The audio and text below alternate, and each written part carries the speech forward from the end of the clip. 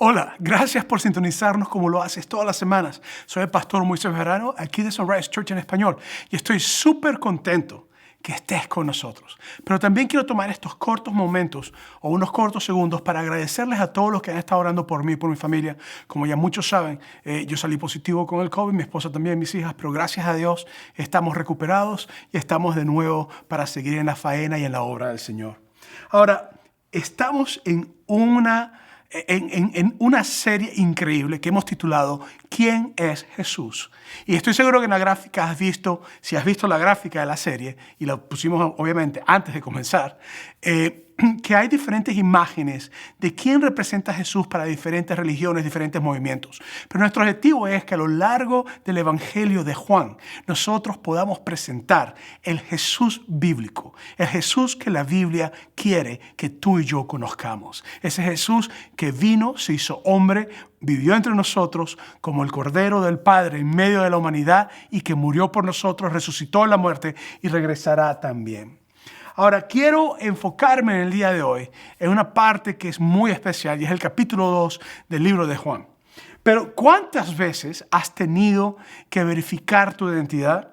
Me acuerdo en ocasiones haber estado viajando, en una ocasión muy específica, cruzar la frontera entre Canadá y el estado de Nueva York y ver qué pasaba, que la persona que era el oficial de migración me interrogó como por 3 horas aproximadamente y cada ratico me preguntaba, ¿quién eres? ¿Qué es lo que haces? ¿Por qué estás aquí? Hasta que yo le dije, mira, vale, métete en la página de internet de tal organización y ahí puedes ver mi nombre, puedes ver quién yo soy, tú sabes quién soy yo.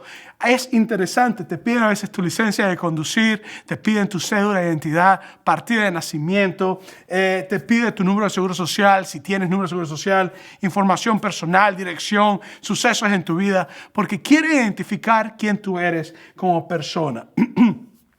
Lo mismo ocurre con la persona de Jesús.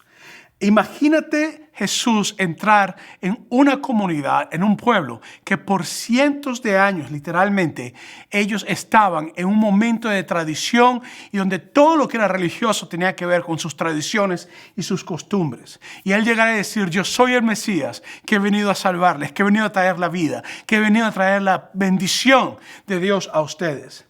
¿Qué pruebas tendría Jesús que presentarles a ellos? ¿Qué tipo de enseñanzas, qué tipo de milagros, qué tipo de cosas tendría que hacer para verificar quién Él era y quién realmente Él era el Mesías? Fue eso exactamente lo que hizo Jesús. No solamente con sus enseñanzas, con sus actitudes, su amor, sino con cientos de milagros, poderosísimos milagros y señales que Él hizo. Pero hoy quiero que nosotros nos enfoquemos en uno de esos milagros. Y no fue abrir el mar rojo ni hacer descender fuego del cielo. Fue otra cosa que ocurrió en una boda en un sitio donde Jesucristo fue. Por eso quiero que hoy buscamos nuevamente quién es Jesús. Te invito a que abras tu Biblia en el libro de Juan, capítulo 2, versículos 1 al 2. Mira lo que dice allí. Se encuentra en el Nuevo Testamento. Dice, al tercer día se hicieron unas bodas en Caná de Galilea. Y estaba allí la madre de Jesús. Y fueron también invitados a las bodas de Jesús y sus discípulos. Nuestra historia comienza un poco después de que Jesús invitó a Felipe a seguirlo. Y aquí es donde entonces vemos a Jesucristo con sus discípulos, con algunos de sus discípulos que habían sido invitados a ir a una boda. Y en esa boda se encontraba su madre, María. Y estaban pues todos los familiares y estaban todas las personas. Creemos que José, el padre adoptivo de Jesús, había fallecido ya para ese momento, que ya habían pasado los años y que había ya partido con el Señor. Pero mira lo que dice el versículo 3 del capítulo 2. Dice, faltando el vino, la madre de Jesús le dijo, no tienen vino. Ahora, es importante comprender que en las bodas judías, muy diferente a las bodas aquí en los Estados Unidos, podían durar muchos días de celebración. Y era un momento muy, muy nefasto, muy importante, muy lleno de gozo inefable para la familia. Recuerdo atender a numerosas bodas de amigos míos árabes o judíos y durar 3 días de celebración. Me acuerdo cuando vivía en el Caribe, ir a bodas de personas de hindúes o que eran de descendencia indiana y durar 3 días con toda la tabla indiana, con la percusión, y con todo el sonido, la celebración, las comidas y la celebración por los novios.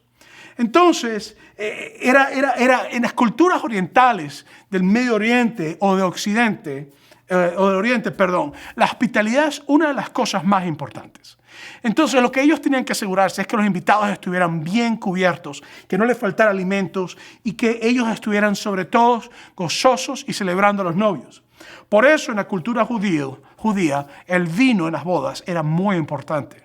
De hecho, si ellos no hubieran podido proveer vino en la boda, después de que estaban todos reunidos, hubiera sido una gran afrenta y una gran deshonra para la familia. Sería algo tan vergonzoso para ellos que no podrían quizás confrontar a la comunidad después de algo así ocurrir, porque eran sus invitados y la hospitalidad era el número uno.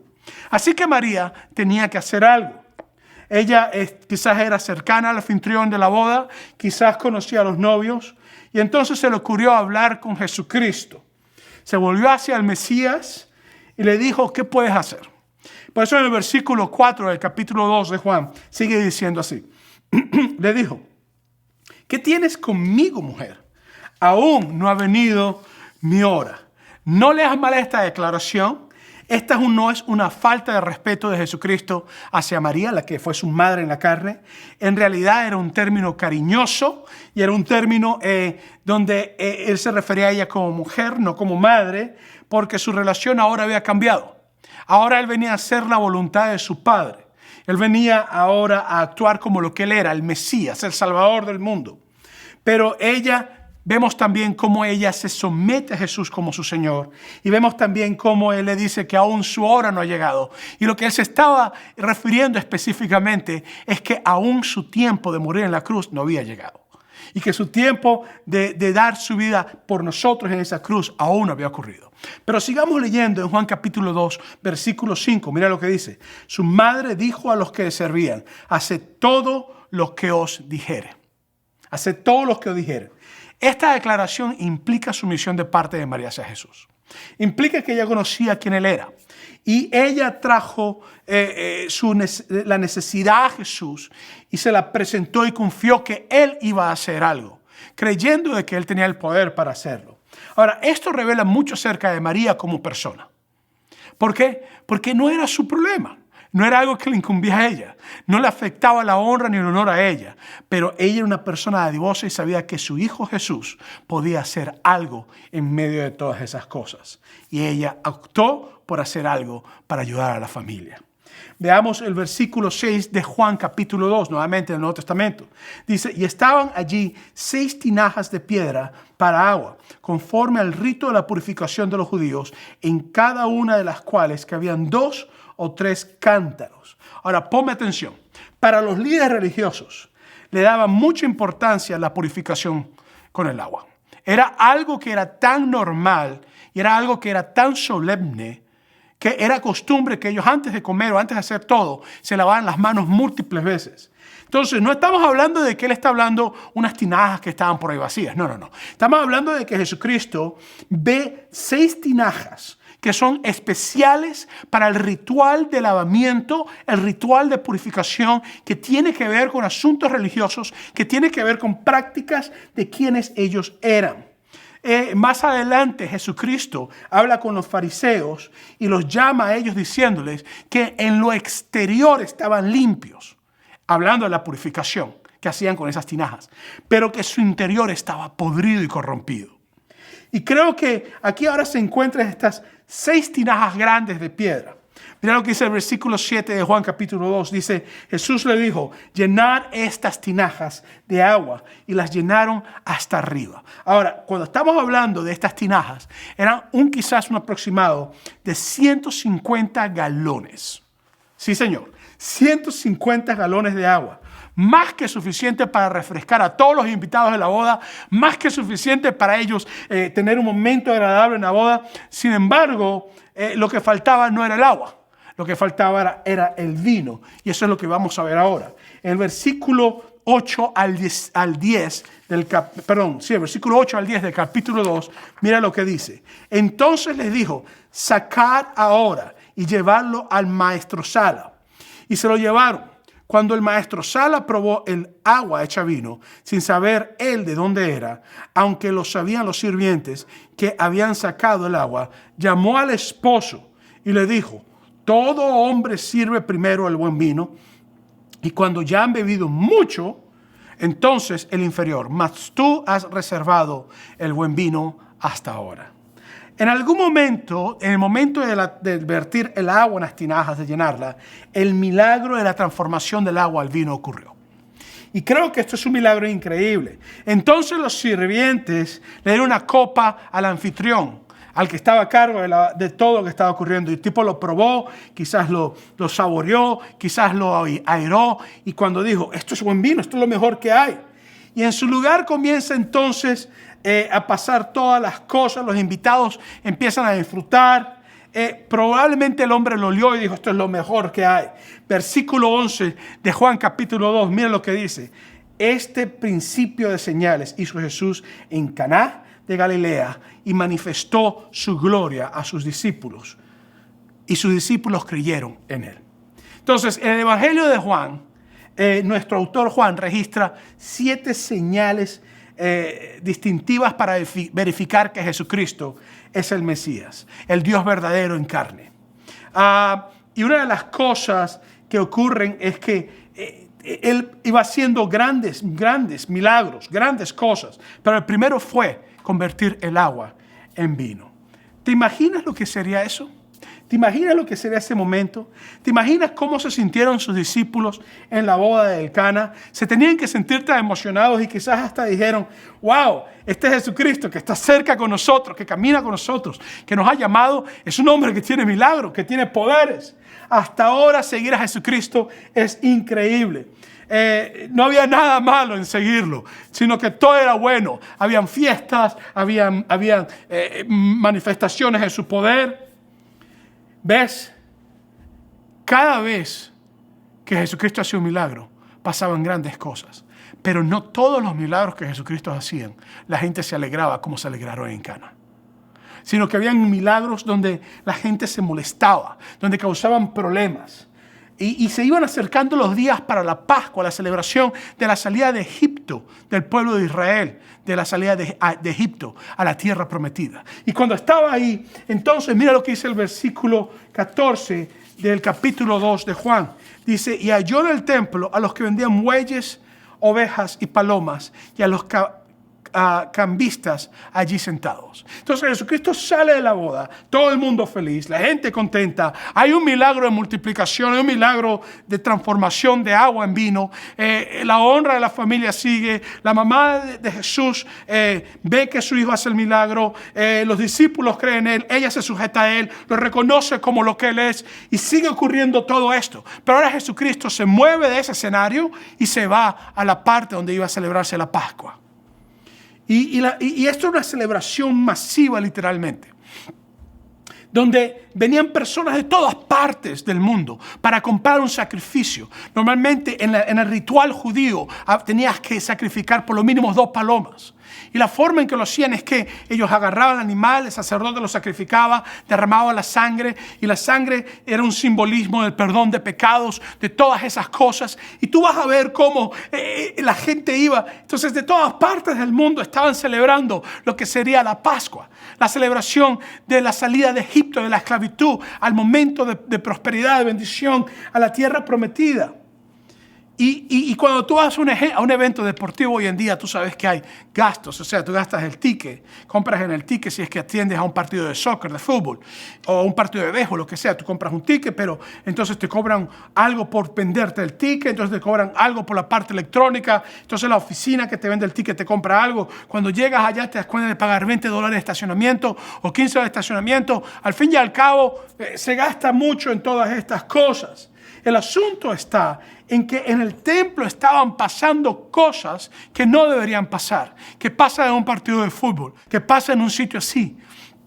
Y por eso es que la mayoría de las personas que llegaban a hacer sacrificios eran personas pobres, no eran personas pudientes. Y con mucho sacrificio monetario y con mucho deseo de servir a Dios, ellos compraban un animal ahí, porque vivían de lejos y era más fácil, por supuesto, tener el dinero para comprar el animal y entonces así poder sacrificarlo ahí mismo. El problema estaba en que estos hombres habían corrompido el sistema dentro del templo. Mira lo que dice el versículo 15 al 16 del capítulo 2 de Juan. Dice, y haciendo un azote de cuerdas, echó fuera del templo a todos, y a las ovejas y a los bueyes, y los esparció las monedas de los cambistas, y volcó las mesas, y dijo a los que vendían palomas, quitad de aquí esto, y no hagáis la casa de mi padre una casa de mercado. Ahora, Jesús llega a esta escena tan disgustado, que volcó todas las mesas, barrió con todas las monedas, hizo algo bastante difícil, echó el ganado afuera, las palomas, las personas. Jesús hizo su afirmación de que el templo era la casa de su Padre y que era una casa de oración. Y hizo referencia de que había algo distinto a lo que estaba ocurriendo allí. El problema estaba, y lo que nosotros creemos, es que a veces se ha llegado a creer que la persona vendía el animal para el sacrificio. Ojo con esto. El creyente llegaba, se lo entregaba al sacerdote, y el sacerdote lo que hacía era que sin que la persona supiera nada, le regresaba el animal que había comprado, que no había sacrificado aún, nuevamente al comerciante por algo de cambio de dinero. Y el comerciante agarraba ese animal y lo volvía a revender. Habían creado un sistema perfecto para explotar a la gente de Israel. Habían creado un sistema perfecto que tenía que ver con religión y que tenía que ver no solamente con religión, sino con ventas. Y yo puedo decirte que a veces cuando uno está viendo la televisión cristiana o cuando uno puede viajar a países, por lo menos donde hay iglesias o sedes de iglesias, te das cuenta que se ha hecho un comercio con el evangelio. Y lo que Cristo está diciendo es que el evangelio no es comerciable, que la salvación no tiene precio, que la manifestación del poder de Dios en tu vida no puede ser pagada con tu dinero, que Dios no te llama a ti a que tú le pagues a Él por ser salvo, sino que de gracia, de amor, de libertad, por pasión, porque quiso morir en la cruz para salvarnos. Él lo hizo. El evangelio no puede ser vendido. Y no me malinterpretes, no estoy hablando de diezmos ni ofrendas, ni que de repente llegue a la iglesia y haya un café. Nuestro ministerio no es vender café. Nuestro ministerio es presentar a Cristo Jesús y traer el evangelio y restauración. Y sobre todas las cosas, llorar con los que lloran y reír con los que lloran. Y eso es lo que Jesucristo está diciendo. No es que Él está yendo en contra de la iglesia, sino que Él está diciendo, no hagan la casa de oración un sitio de negocio. No hagan mi casa un sitio donde el evangelio se vende. No hagan mi casa un sitio donde Dios tiene precio. Y creo que eso es importante, que nosotros lo comprendamos. Y comprendamos de que Dios le importas tú más que tu dinero. Y eso no quiere decir de que no ofrendemos y diezmemos y que seamos generosos. Hace unas series atrás hablamos acerca de generosidad. Y te invito a que seas generoso, que des tus diezmos y que des tus ofrendas. Y que permitas que Dios te guíe en la forma de dar. Pero Jesús fue muy claro. Por eso es que el versículo 15 al 16 del capítulo 2 sigue diciendo lo que dijo. Se hizo un azote, se hizo un látigo y lo sacó a todos. Y dijo, no hagáis la casa de mi Padre una casa de mercado. Entonces, no era el mismo escena que ocurrió en los versículos anteriores. Ahora tenemos a un Jesús que ha volteado su carácter, que está actuando de una forma totalmente distinta. Veamos el versículo 18 del capítulo 2. Mira lo que dice. Y los judíos respondieron y le dijeron, ¿qué señal nos muestras ya que haces esto? En otras palabras, demuéstranos, compruébanos que tú eres Jesús el Mesías. Compruébanos que tú tienes la autoridad. Eso es como cuando me pararon, como te dije, en la frontera de Canadá y me tuvieron por 3 horas con un interrogatorio increíble. Demuéstranos que realmente tú eres quien tú dices que tú eres. Demuéstranos que realmente tú puedes hacer lo que tú tienes que hacer. En otras palabras, ¿quién te crees tú que tú eres? Nosotros tenemos años haciendo esto, años enseñando esto, años haciéndolo. Tenemos a los grandes eruditos, a los grandes maestros, para que vengas tú, un carpintero, vulgar y corriente, a decirnos a nosotros qué hacer. Creo que esto es sumamente importante. Jesucristo no le dijo, está bien, búsqueme agua, le voy a convertir las tinazas de agua en vino. Eso no fue lo que él hizo. Él lo que hizo fue simplemente responderles. Y la forma en que le responde a todos los dejó locos. Mira lo que dice el versículo 19 del capítulo 2. Dice, respondió Jesús y les dijo, destruir este templo y en 3 días lo levantaré. Destruir este templo y en 3 días lo levantaré. Creo que esta no es la forma de influir a las personas más importantes de Jerusalén. Si Jesucristo venía a presentarse como el Mesías, lo que él tenía que hacer era convencerlos a ellos de que él era el Mesías, de que tenía todo el poder, de que puede hacer todas las cosas, metérselos en un bolsillo, hacer la parte política y entonces ponerlos a ellos en su parte y poder trabajar con ellos. Pero eso no fue lo que él hizo. Entonces, estratégicamente lo que él estaba haciendo no parece ser muy sabio.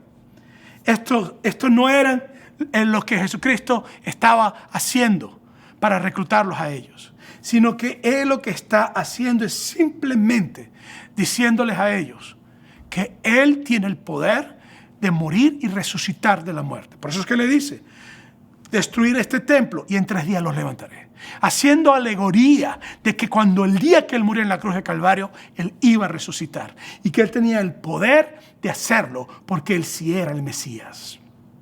¿Sabes cuál era el problema del pueblo de Israel? Que el pueblo de Israel había empezado a adorar más al templo que a adorar a Dios. El problema del pueblo de Israel es que el pueblo de Israel giraba todo alrededor del templo. ¿Ves? Dios no está limitado a 4 paredes. Dios no está limitado a un auditorio. El Dios que yo tengo no está limitado a construcción de manos, sino que su reino es el universo, la tierra. Y la tierra es el estrado de sus pies. Pero el pueblo de Israel había caído en un espíritu donde el templo se había convertido en lo más importante para ellos. Por eso es que en el capítulo 2, versículos 20 al 21 de Juan, capítulo 2, dicen,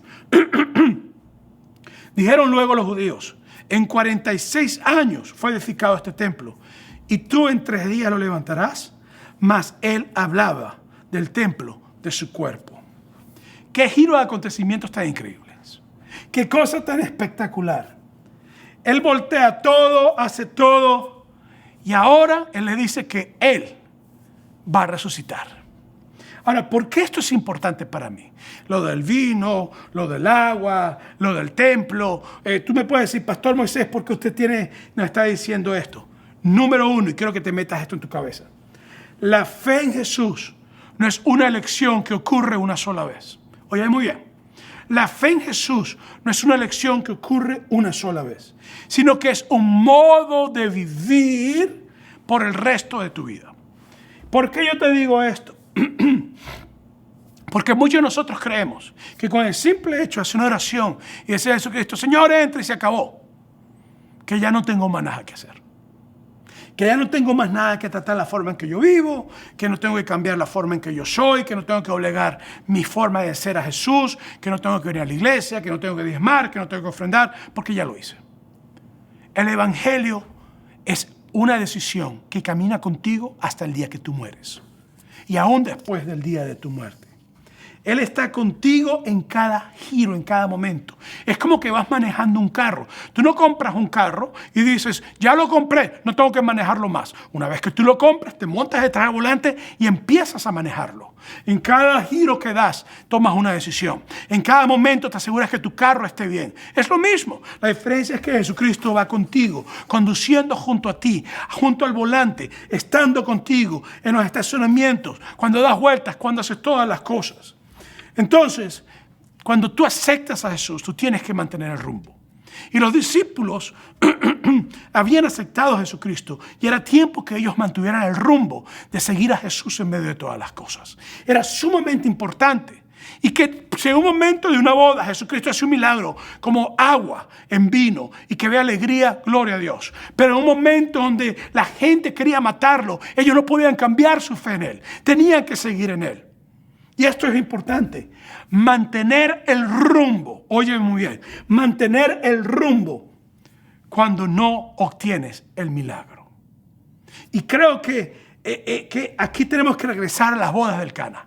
Mantener el rumbo cuando no obtienes el milagro. Recuérdate, te dije que conocer a Jesús, y una vez que lo decidías en tu vida, tenías que mantener un rumbo de una dirección que tenías que ir.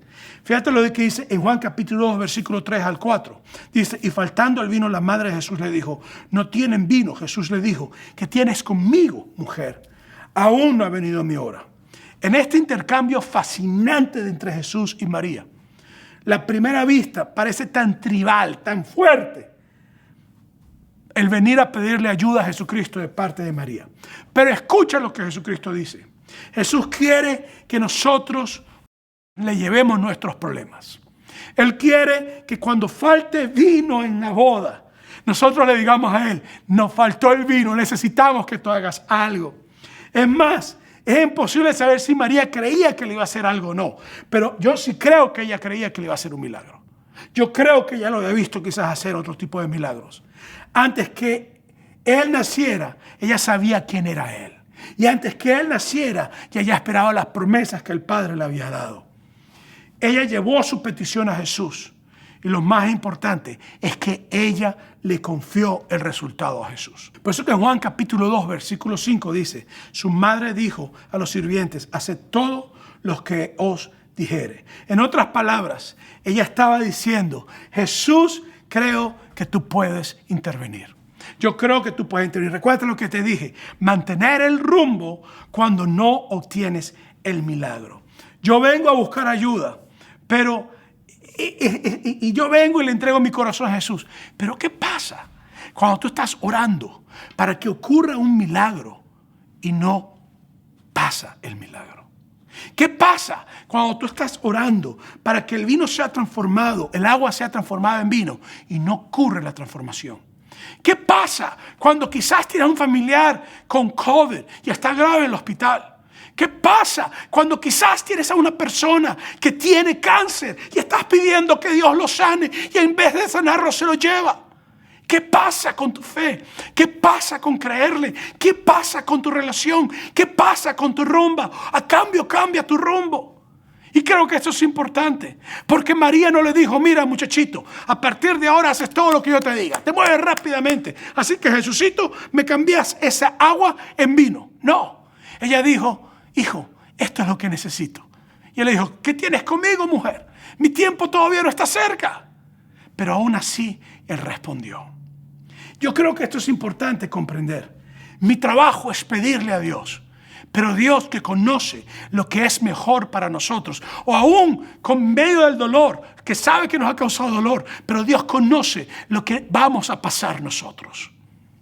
Por eso yo quiero alentarte a que comprendamos nosotros que aquí no hubo preferencia hacia María, sino que el mismo Dios que tú tienes sigue haciendo lo mismo. Quizás tú le dices, Señor, necesito que me saques de este lío financiero. Quizás tú le dices, necesito que me saques de esta enfermedad. Necesito que me dé un trabajo nuevo. Necesito los papeles migratorios. Necesito que mi esposa cambie, que mi esposo cambie. Por eso es que yo creo que Jesucristo convirtió el vino. Por la respuesta que se ve en el versículo 10 de Juan, capítulo 2. Mira las razones por las cuales yo creo que Jesús convirtió el agua en vino. Dice, y le dijo, todo hombre sirve primero el buen vino, y cuando ya ha bebido mucho, entonces el inferior, mas tú has reservado el buen vino hasta ahora. ¿Tú sabes por qué? Porque este es un simbolismo, este milagro es un simbolismo de lo nuevo que Dios estaba haciendo. Ellos estaban acostumbrados a Moisés, a Abraham, a los profetas, a David, a todas las personas, a Ezequiel, a todos Ezequías, a todos, Elías. Y era buen vino, no era mal vino.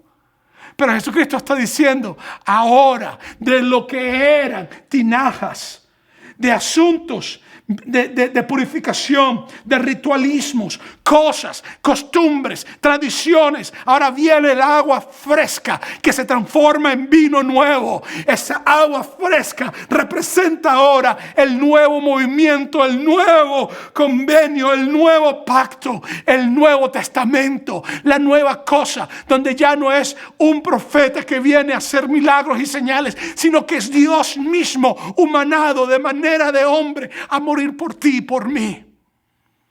¿Cómo no estar agradecidos? El nuevo vino era mejor que el viejo vino. ¡Qué poderoso!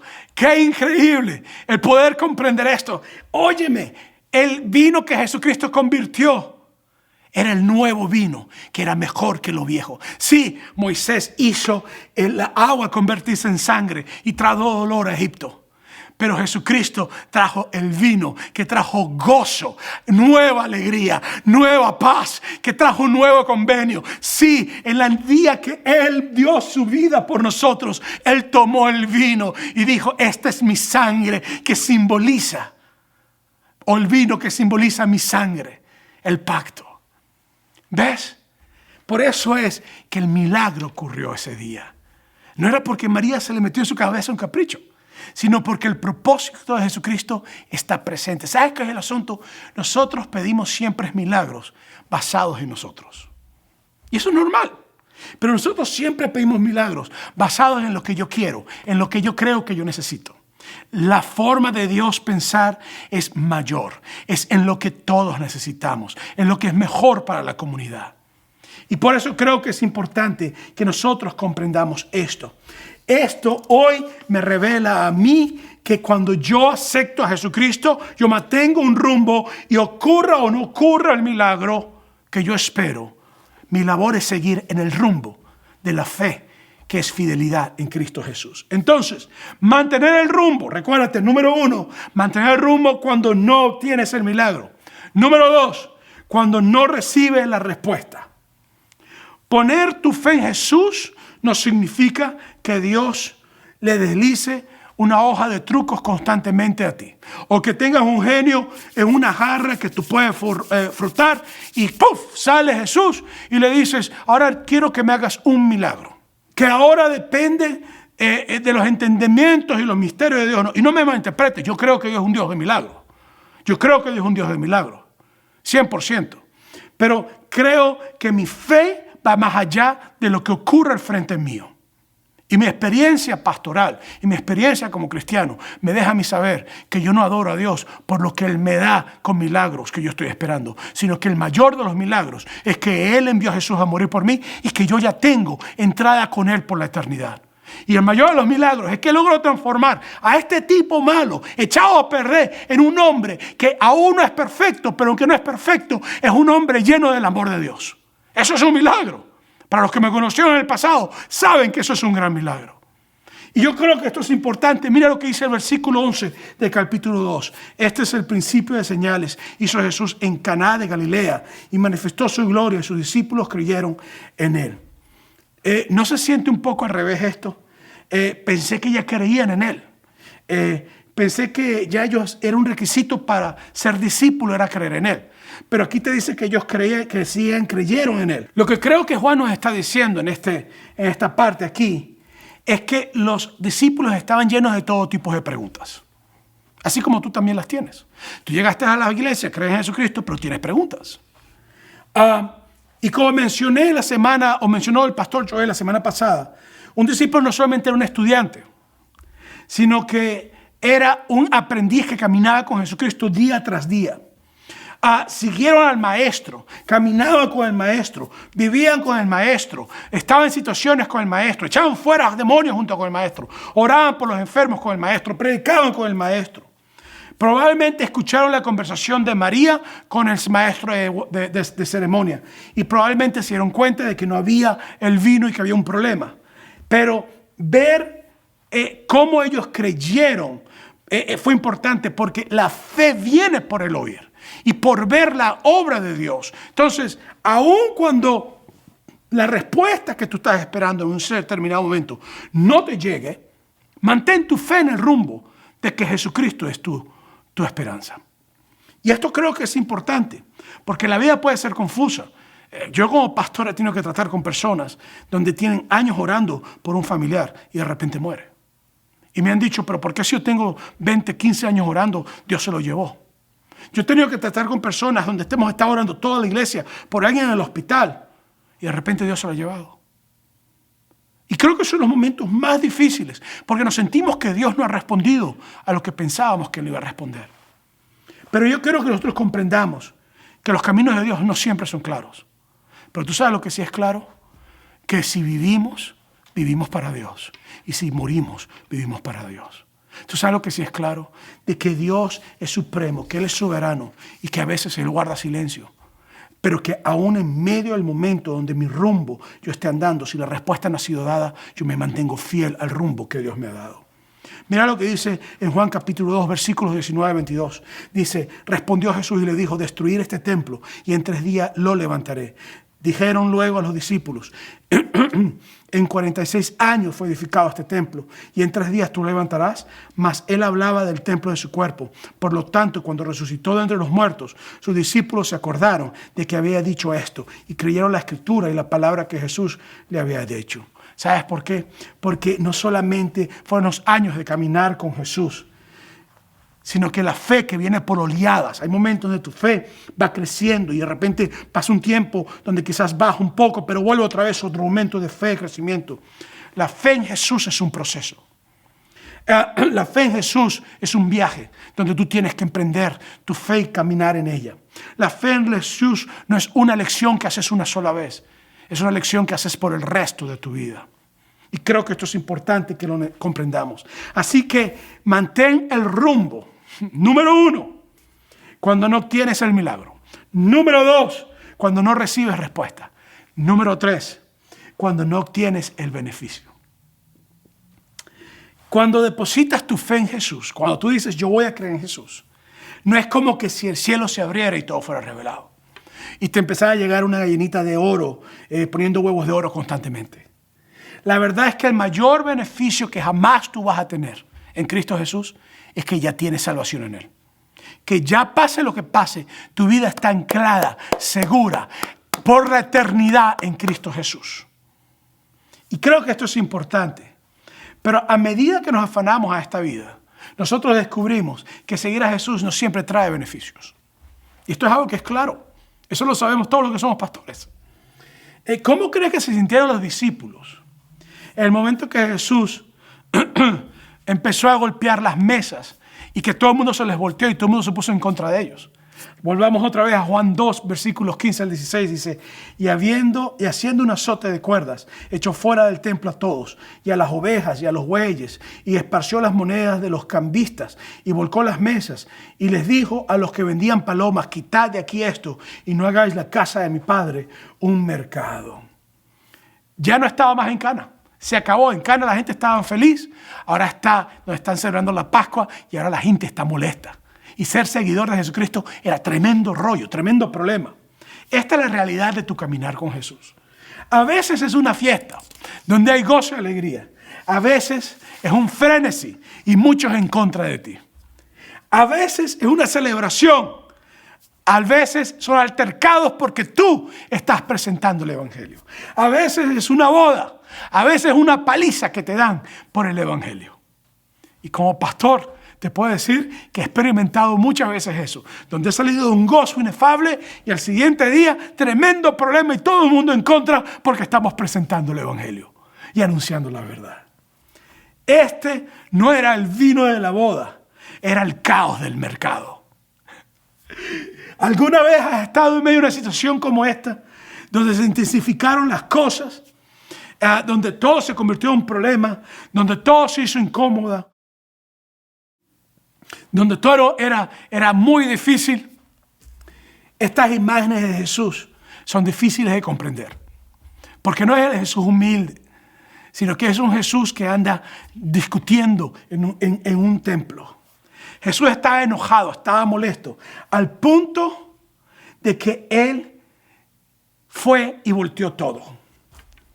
Las viejas formas de que esta gente abusaba del pueblo tenía que acabarse.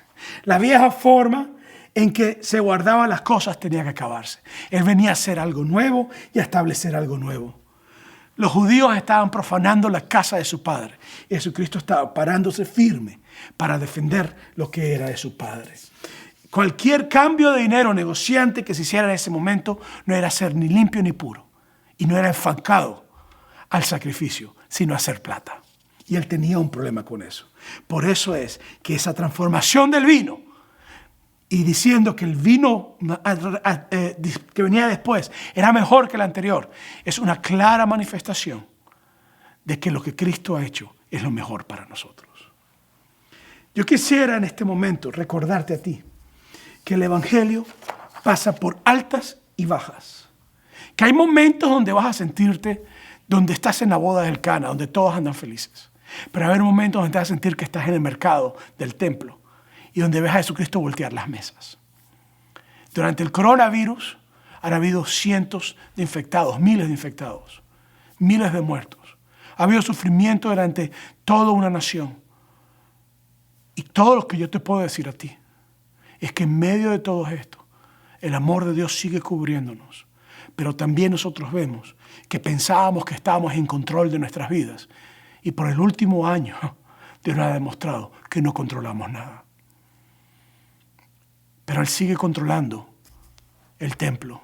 Él sigue controlando todas las cosas. Él sigue controlando las bodas.